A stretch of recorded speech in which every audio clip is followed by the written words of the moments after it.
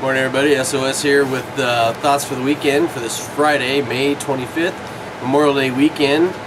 Watch out there. There's a lot of drunks running around. A lot of drunks running around on YouTube, it looks like. But anyway, be careful when you're out there on the road or traveling around, going to friends and families for barbecues this weekend. I guess it's going to be like a heat wave in the Midwest this weekend. I wouldn't know that. I'm here in Southern California where it's currently raining. So I have no idea what the rest of the country's going to be doing for weather. So yeah, hopefully it's nice where you're at because it sucks here. But anyway, I'm not going to talk about unemployment claims this week just because it's a broken record. Every week it's about the same. Prior week gets revised up every week. It's never been revised down. So nothing to see here. Smoke and mirrors. Look the other way. Never mind that hand down your pants. But yeah, so the rest of the world's been melting down, and all we care about is Facebook, it seems. You have a lot of signs out there that the global economy is about to really tank, if not is already tanking. You know, you have over in China, there's an issue with a lot of the commodities just piling up at the docks. They have no more room to store coal or anything else. They were talking about how copper was being stored in grain silos at the docks because they just have nowhere to put it. It's not being used. The factories aren't producing. It's not good because China is the largest, acquirer of raw materials, and if they're no longer using them, if they're canceling shipments of materials, they can't even get people to buy them at a discount. It's kind of looks to me like an ominous sign about the economy, not just here but around the world. Things are going bad. You know about Greece. Greece is about to exit the euro. They tried to, there was a secret loan program going on where they were trying to prop up the Greek banks for the week, or possibly longer, hopefully. They were trying to buy some time before a Greek exit from the euro. And an emergency liquidity assistance, it's just not going to cut it long term. So, they're still calling, a lot of people are calling for Greece to exit the euro sometime within the next week or two, if not, before the month is out. And now you have the Catalonia region of Spain demanding bailouts. It's one of the wealthiest regions of Spain, and it's having problems. There's just no money. They're saying, look, we need a bailout, or we're not going to be able to pay our bills at the end of the month. So, first Greece, Spain goes, the dominoes are falling one by one, and anyone that thinks that, oh, this could be averted, this is not gonna, it's not going to be that bad. There's a report out in USA Today where it talks about how if they apply the same accounting rules to the federal government that are applied to all state, county, municipality governments, all businesses, and how things are accounted for, our actual deficit in 2010 was $5 trillion, not 1.5 trillion, as was reported. The government never, for whatever reason, they have rules in place that tell everybody else that here are the things you must account for when you're doing your books. And one of the things that everybody has to account for under the federal rules, except for the federal government, is accounting for accrued liabilities. And the government did not, or has not, been accruing or reporting its increase in liabilities. I guess there's Medicare, Social Security and Medicare accruals that $3.7 trillion that they just don't count. Even though it's adding to the debt that the government's going to have to pay, they just don't count it. They don't put that up there in the number because, it would seem kind of scary if you were seeing $5 trillion deficits per year. But that doesn't scare you? You don't think $5 trillion a year is that bad? Let's make it 10 trillion. Make it 50 trillion. Who cares? It's just money. What's it matter, right? I mean, who cares? Much bigger things to worry about, right? Oh my gosh, Facebook didn't do so well. More like face plant. Basically, this Facebook IPO is a complete failure. Now, they're trying to blame it on NASDAQ and its systems, but if you have to be honest about it, this was the most overhyped IPO I've seen in my lifetime, if not ever. I think it's funny that it dropped, 20% or more from when it opened up last week. It's climbed back up. It's up around $33 now a share. But still, to me, $33, seriously, for what? What do they produce? What do they produce besides mind control for the masses? I guess that's valuable to the government, valuable to some entities out there. But there's no value there. I don't understand what people really believe they're buying into. Do they not remember the dot-com bust way back there in 99, 2000? That thing that happened right before 9/11 that kind of killed the national economy? Housing bubbles that burst. I mean, when are we going to wise up and realize that if we don't look for real value in things, we're kidding ourselves. We're idiots. Bunch of lemmings. You tell me, hey, you got to buy some of that Facebook. It's great. Why don't you buy some air? Buy some water? Why don't you buy some food? Nah. Hey, did you check out American Idol?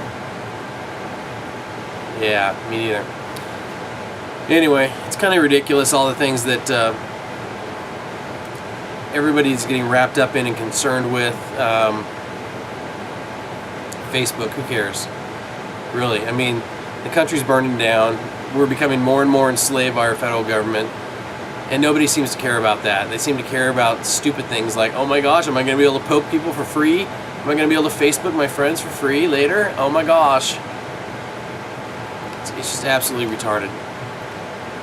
So, we have an issue coming up in this country. End of June is when a lot of the short-term debt that was given to banks as part of the TLGP term loan guarantee program the federal government set up during the financial crisis of 2007-2008. And this was a series of short-term loans that were given to banks at really great rates. Well, a huge portion of those are coming due at the end of June.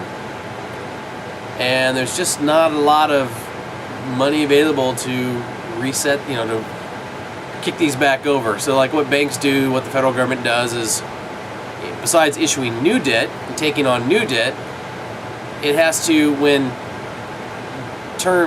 treasuries come due, when debt comes due, rather than pay it off because they've got no money, they just roll it over into new debt. And the problem is they have a whole bunch of new debt coming due at ridiculously low rates, and there's nothing out there at these low rates unless the Fed steps in and gives them a good sweetheart deal again. So it's going to be interesting to see what happens to liquidity in this country come June and what happens. That might be when this sucker pops. Some of the guys, Haas and Cheskrita and Corey and, some of the guys talking about what's it going to take for this experiment called America to fall apart finally. And it could be economic. I mean, some people think it won't be, and they make their reasons for it, but I think it's going to be economic because people need their free stuff. There's almost half the country relying on free money from the government and the state to live from month to month. And if the economic reality crashes and there's no more free money, what do you think is going to happen? Yeah, it's not looking good. So that's not great. And to top it off, you have hordes of uneducated people running around out there, and they all just want something for nothing. They all were Zuckered into taking on tons and tons of college debt to get these degrees that are worthless. And there's no jobs. We got the jobs report coming out next month. Can't wait to see that one. I talked a little bit on the PNN News. You should go check it out, by the way. It should be up somewhere. And there was a story that I reported on. It came from Breitbart, who reported it initially, and a lot of it had to do with it was a study that was done for the University of California system by the National Association of Scholars, and they looked at what was the problem with the education? What was going on? We had all these students coming out and they're not getting jobs, and what's the problem? Well, they found that education in the universities in California is just too liberal. It doesn't provide them with reasoning skills because it gives them only one side, and it's an extreme side that it's giving them. So they're not getting both sides of the argument. They're not being taught how to think critically. They're not being taught how to think at all. You know, they're not given the skills that they'll need on the outside world. They're not taught how to write, how to communicate, how to take care of themselves. All they're given is a horrible education for a whole lot of debt that, in case you check bankruptcy laws in this country, they can't get out of. You can never get rid of your student loan debt. I don't know if you knew that. I don't know if you cared about that. It's not like credit card debt or housing debt or any of that where you can just go bankrupt. You can't get rid of your student loan debt. It's like owing the IRS. You owe that, you owe it for life. They will stay with you forever. And you have these students that are coming out, they can't find a job, they have to move back in with mom and dad, and within 6 months of them finishing their degree, they got to start paying on that student loan. And there's a whole bunch of nasty rules in place if you decide to default and not pay your student loan. It's not pretty. The government has set you up for failure with their student loan guarantees, which did nothing but jack up the cost of education since the 1970s, when the federal government got involved with higher education and started guaranteeing loans, and the colleges started saying, hey, if the government's going to guarantee it, people don't have to worry if they qualify or not, because it's guaranteed. We can start increasing the cost of education up and up and up, yet these universities sit on billions of dollars of endowments, you know, and they just keep raising the cost of education. You know, it's not big corporations doing this, it's not banks doing this, it's the government in collusion with the educational system. But never mind, nothing to see here. This is not the common sense you were looking for. So anyway, I just wanted to keep it short this week. There's just unbelievable things going on, and at the same time, you know, we had that discussion about freedom going on this week, and kind of burnt myself out on the fact that, you know, once you realize that no matter what you do, no matter what action you take, you're always going to be a slave to somebody, because there is no such thing as freedom at all.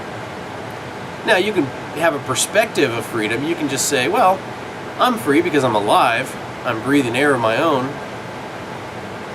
Okay, that makes you free. But if your ankle is shackled to the tree over there, maybe you're not so free. So, anyway, enjoy life. And don't forget, check out our sponsors. I don't have any sponsors. But I want you to remind you to vote for Corey C. for Regional Warlord. That's right, Corey C. running for Regional Warlord, in case you hadn't checked it out. Because when this thing breaks up, and we break up into our small little regions, someone's going to have to run things, right? Or as Mike said, when the first guy stands up and says, I'll be in charge, that's when you pull out your gun and put a bullet in his head. So Corey made me want to rethink that running for Regional Warlord, because yeah, I know someone's going to try to be in charge, but that person's going to have a target. And I think this experiment where we have somebody rule our lives, it's got to end. You got to rule your own life. You got to have your own freedom. You got to take care of yourself. Look after yourself. Take care of your own responsibilities. Learn to grow food. Learn to make your own clothing, things like that. Because, yeah, you're always going to have to pay somebody something. It's always going to be payment to the man. You're never going to be 100% free. But try to be as free as you can. So this Memorial Day weekend, think about what you can do to obtain your freedom. Have a good time. Enjoy the relaxing time with your family and friends. Eat some barbecue, whatever you do on Memorial Day. Watch the race. Y'all have a good day and a great weekend. SOS out.